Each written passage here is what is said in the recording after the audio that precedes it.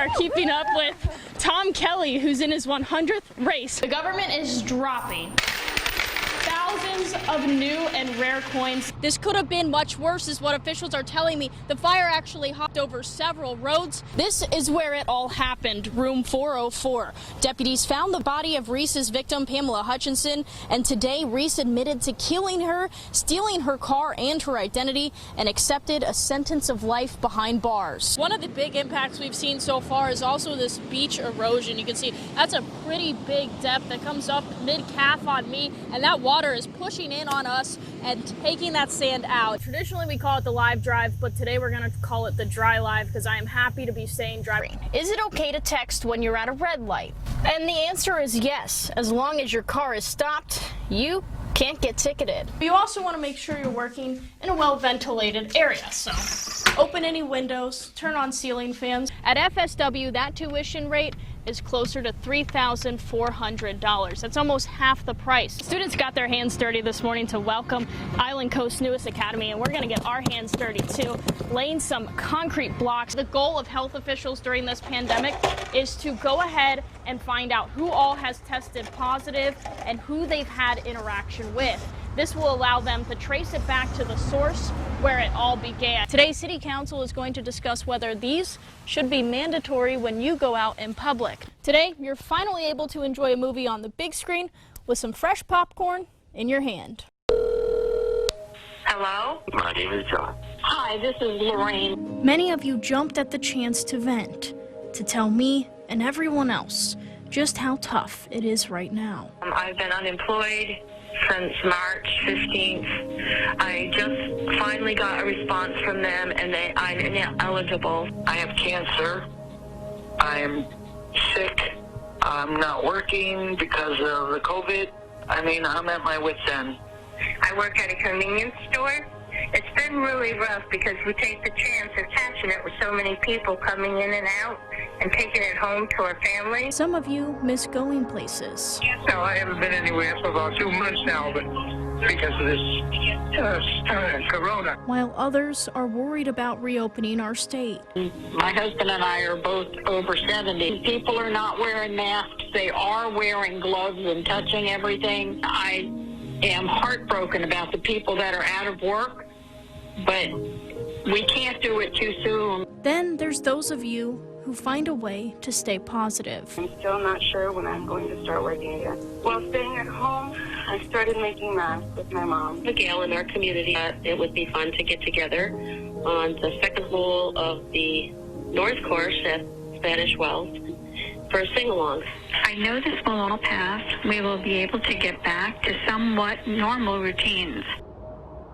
Lindsay, out of all our local school districts, Lee County was the only one to tell me that they've actually moved beyond discussions about this and have already created educational events that they can incorporate into their curriculum in order to bring to light some of the racial issues happening in our country. And one of those may include a museum that we already have, but very few know about. When I was in middle school, I was in this building. It was a shop in one half and a band room. This building is an important piece of local history. It was that local case that actually forced the Lee County School District to integrate schools. Yet few will ever learn about it in a textbook. It was the first sanctioned government-funded building to educate black kids in 3 surrounding counties. It wasn't until Charles Barnes started visiting the Dunbar Library in high school that he really dove into local black history, learning about a local lawsuit similar to Brown versus Board of Education. To the Blaylock case, who was a local black family here who filed a lawsuit so that blacks here could actually enter into our Lee County School District. That integration took 10 years here. Communication, curriculum, and policies. And that has school board member Gwen Gittens asking, what is being taught to your child? I'm the first African American to sit on the school board in 130 years. How is that going to be in history? Is it going to be? Gittens watched the videos surface of systemic racism across our country, including the death of George Floyd. I saw my son, my husband, my brothers. Inspiring Gittens to be more vocal when it comes to educating students about racism. We're going to get some pushback from wanting to rewrite those history books and all that kind of stuff, but it can be done. And just reading history won't be enough. Gittens says a major part of moving forward requires understanding one another. And if you really want to understand me, then listen to me. Ask me some questions about who I am. That's why the local Black History Society is working with Lee schools, so more students can walk through the Williams Academy, where local history comes to life. It's all connected. That's why I think that history is so important, because there's a trail there to follow that shows you why we are where we are.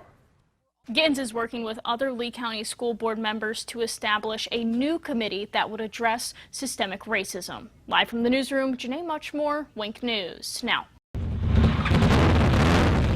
Lacey Cool gets a lot of heads to turn at the racetrack.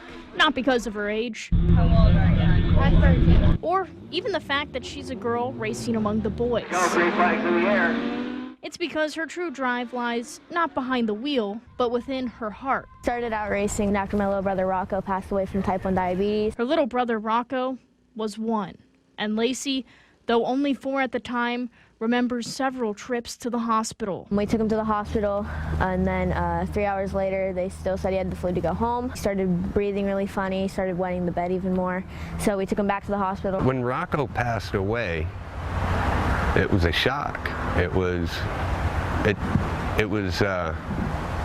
something nobody would ever want to experience. That pain and a newfound love for NASCAR. We met a diabetic race car driver and everything, and my dad's like, well, why don't we try racing? Gave their family the strength to start sharing their story. My little brother recently passed away from DK. Lacey's skills behind the wheel and her charity reached new heights this summer when she received an award with NASCAR's Drive for Diversity program, and she credits all her success to her little brother. We have had some rough times with racing as well as a charity, but he's been telling us to move forward. Full speed ahead. Janae Muchmore, Wink News now.